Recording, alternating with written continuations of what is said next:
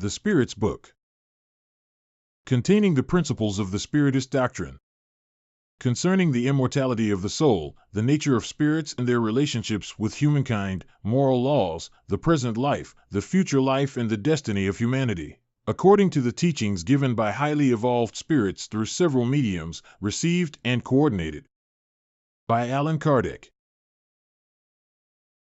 Part 2. The Spirit World, or the World of Spirits. Chapter 10. The Three Kingdoms. Minerals and plants. What do you think of the division of nature into three kingdoms, or into two classes, organic beings and inorganic beings? Some regard the human species as a fourth kingdom. Which of these divisions is preferable? They're all good. It depends on one's point of view. From a material point of view, there are only inorganic and organic beings. From the mental point of view, however, there are obviously 4 degrees. Do plants have any awareness of their existence? No, they do not think.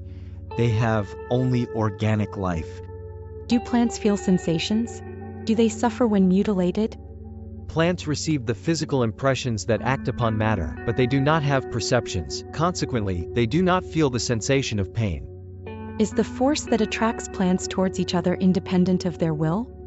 Yes, because they do not think. It is a mechanical force of matter, acting upon matter. They cannot oppose it. Some plants, the mimosa and the Dionia 48, for example, show movements that indicate great sensitivity, and in some cases, a kind of will like the latter, whose lobes seize the fly that lands on it in order to suck its juices, seeming to have set a trap to kill it. Are these plants endowed with the faculty of thought? Do they have a will, and do they form an intermediary class between the plant and animal nature? Do they comprise a transition from the one to the other? Everything in nature is in transition by the same fact that one thing does not resemble another, and that everything nevertheless is linked together. Plants do not think, and consequently have no will. The oyster which opens itself and all other zoophytes do not possess thought. They have no more than blind and natural instinct. In plants, as in animals, isn't there an instinct for self-preservation that leads them to seek what may be useful to them and to avoid what may harm them? There is, if you wish, a kind of instinct. It depends on the extent you attribute to the word, but it is purely mechanical. When you see 2 bodies combine during a chemical reaction, it is because they harmonize with each other. That is, there is an affinity between them, but you do not call it instinct. On more highly evolved worlds, are the plants, like the other beings, more perfect in nature? Everything is more perfect, but the plants are always plants, as the animals are always animals, and as the human beings are always human beings. Animals and human beings. If we compare human beings with animals in relation to intelligence, it seems difficult to establish a line of demarcation, because certain animals on this earth have an obvious superiority over certain humans. Can such a line of demarcation be established in a precise manner? Your philosophers are not in much agreement about this subject. Some would want for humans to be animals, and others for animals to be human. Both are wrong. Humans are beings apart who sometimes sink very low, or who may sometimes ascend very high. In their physical nature, humans are like the animals and less well endowed than many of them. Nature has given the animals everything that humans are obligated to invent with their intelligence in order to provide for their own needs and self-preservation. Their body is destroyed like that of the animals, that is certain, but their spirit has a destiny that they alone can comprehend, because they alone are completely free. Poor humans who debase yourselves more than wild animals. Don't you know how to distinguish yourselves from them? Recognize human beings through their ability to think about God. Could we say that animals act only through instinct? That again is a theory. It is quite true that instinct dominates most animals, but don't you see some that act from a determined will? It is because they have limited intelligence. Do animals have language?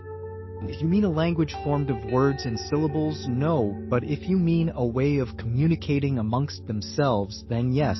They say many more things than you might suppose, but their language is limited to their needs, as are their thoughts. There are animals that possess no voice. Aren't they deprived of language? They understand one another by other means. Don't you human beings use more than speech to communicate with one another? And mutes? What about them? Since animals are endowed with a life of relationships, they have means of warning each other and of expressing the sensations they experience. Do you think that fish do not understand each other? Human beings do not have the exclusive privilege of language, but the language of animals is instinctive and limited exclusively to the circle of their own needs and thoughts, while that of humans is perfectible and lends itself to all the conceptions of their intelligence.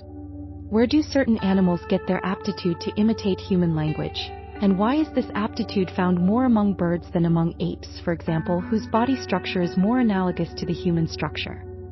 The particular conformation of the vocal organs aided by the instinct of imitation. Apes imitate gestures, certain birds imitate the voice. Since animals have an intelligence that gives them a certain freedom of action, is there in them a principle independent of matter? Yes, and it survives their body. Is this principle a soul similar to that of humans? It is a soul, if you'd like. It depends on the meaning you attach to the word. It is less evolved than that of humans, however. Between the souls of animals and humans, there is as great a difference as there is between the human soul and God. Does the animal's soul retain its individuality and self-awareness after death? Its individuality, yes, but not its self-awareness. Its intelligent life remains in a latent state. Can an animal's soul choose the species in which it prefers to incarnate? No, it does not possess free will.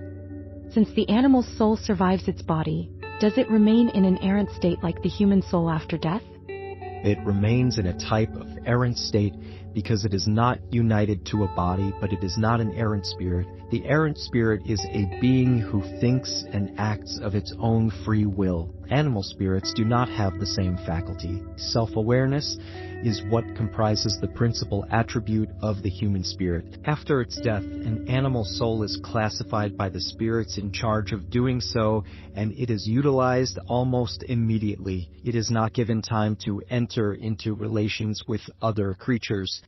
Do animals follow a law of progress like humans? Yes, and that is why on higher worlds, where humans are more advanced, the animals are also more advanced and possess more developed means of communication. However, they are always lower than humans, and subject to them, they are their intelligent servants. Do animals progress by their will like human beings or by necessity? By necessity, that is why there is no expiation for them.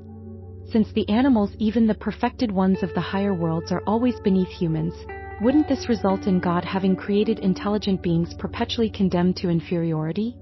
So, wouldn't this seem to be in disagreement with the unity of design and progress discernible in all of God's works? Everything in nature is linked together by ties that you cannot yet perceive, and the most apparently discrepant things have points of contact that humans will never manage to comprehend in their present state.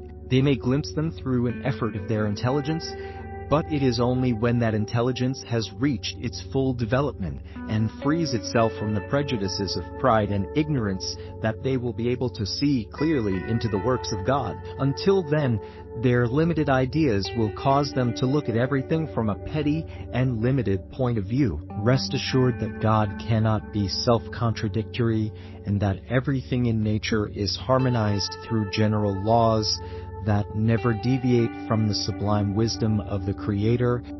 Then intelligence is a common property, a point of contact between the souls of animals and humans? Yes, but animals only have the intelligence of material life. In humans, intelligence produces moral life.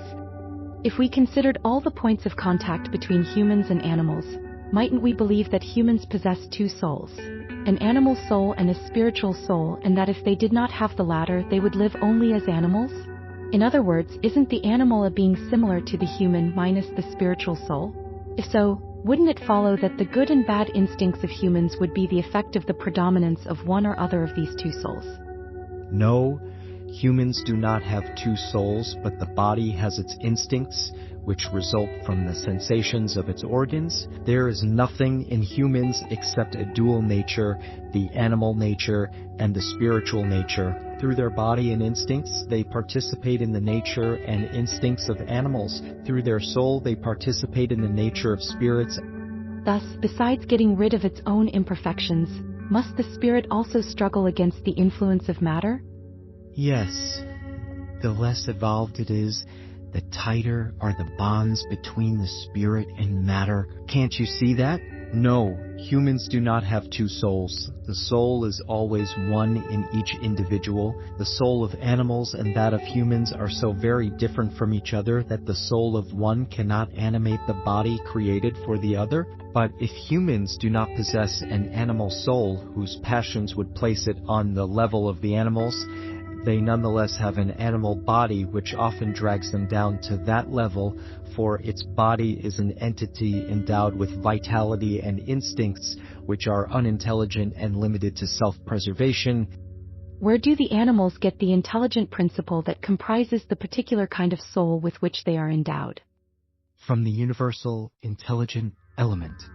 Then the intelligence of both humans and animals emanates from a single principle? Of course, but in humans it goes through a development that elevates it above that of the animals. It has been stated that the human soul at its origin resembles the state of human infancy in the corporeal life, that its intelligence is only beginning to unfold, and that it is preparing itself for life. See number 190. Where does the soul accomplish this primary phase? In a series of existences preceding the period you call humanity. Then it would seem that the soul had been the intelligent principle of the lower beings of creation, correct? Haven't we stated that everything in nature is linked together and tends towards unity? It is in those beings whom you are far from knowing about entirely that the intelligent principle is developed, is gradually individualized, and is prepared for life.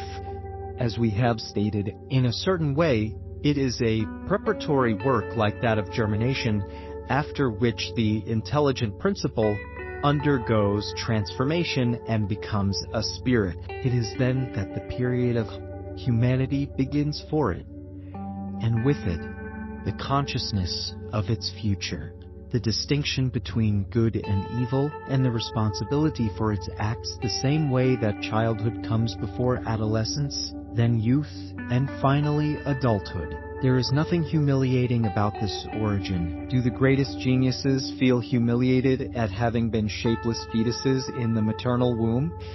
If anything ought to humiliate them, it is their low status before God, and their powerlessness to probe the depths of the divine designs and the wisdom of the laws regulating the harmony of the universe. Strive to realize the greatness of God and the admirable harmony that establishes the solidarity of all things in nature. To believe that God could have made anything without a purpose and have created intelligent beings without a future would be to blaspheme God's goodness, which extends over all creatures. Does this period of humanity begin on our Earth? The Earth is not the starting point of a human's first incarnation. The period of humanness usually begins on worlds even less evolved. This, however, is not an absolute rule, and it may happen that a spirit at its human beginning may be suited to live on the earth. Such a case is not frequent and would be an exception rather than a rule. After death, does a human spirit have any awareness of the existences that preceded its period of humanness? No, because it is only after that period that its life as a spirit began. It even has difficulty in remembering its first existences as a human, exactly as humans no longer remember the earliest days of their childhood, and still less the time they spent in the maternal womb. That is why spirits tell you that they do not know how they began. Having entered the period of humanness, does a spirit retain traces of what it had previously been? That is, of the state in which it was in during the period that could be called non-human? That depends on the distance separating the two periods and the progress it has accomplished. For a few generations, it may preserve a more or less pronounced reflection of the primitive state, for nothing in nature occurs through an abrupt transition. There are always links connecting the end of the chain of beings and events. However, such traces disappear with the development of free will. The first steps of progress are accomplished slowly because they are not yet aided by the will, but they follow a more rapid progress as the spirit acquires a more perfect consciousness of itself. Metempsychosis. Isn't the common origin of living beings in the intelligent principle an affirmation of the doctrine of metempsychosis? Two things may have the same origin, and yet not resemble each other at all later on. Who would recognize the tree, its leaves, its flowers and its fruit in the shapeless germ contained in the seed from which they came? From the moment when the intelligent principle reaches the necessary degree for becoming a spirit and for entering the period of humanness, it has no more relationship with its primitive state. It is no longer the soul of the animal, like the tree is no longer a seed. In humans, there is only the animal-like body, the passions that arise from that bodhi's influence, and the instincts of self-preservation inherent in matter. Therefore, one cannot state that such and such a person is the incarnation of such and such an animal. Consequently, metempsychosis as commonly understood is incorrect. 612. Could a spirit that has animated a human body incarnate in an animal? That would be a regression, and a spirit does not regress. The river does not flow back to its source. However erroneous may be the idea linked to metempsychosis, couldn't it be a result of the intuitive sentiment of the different existences of an individual? We recognize such an intuitive sentiment in this belief as in many others, but like most intuitive ideas, humans have perverted it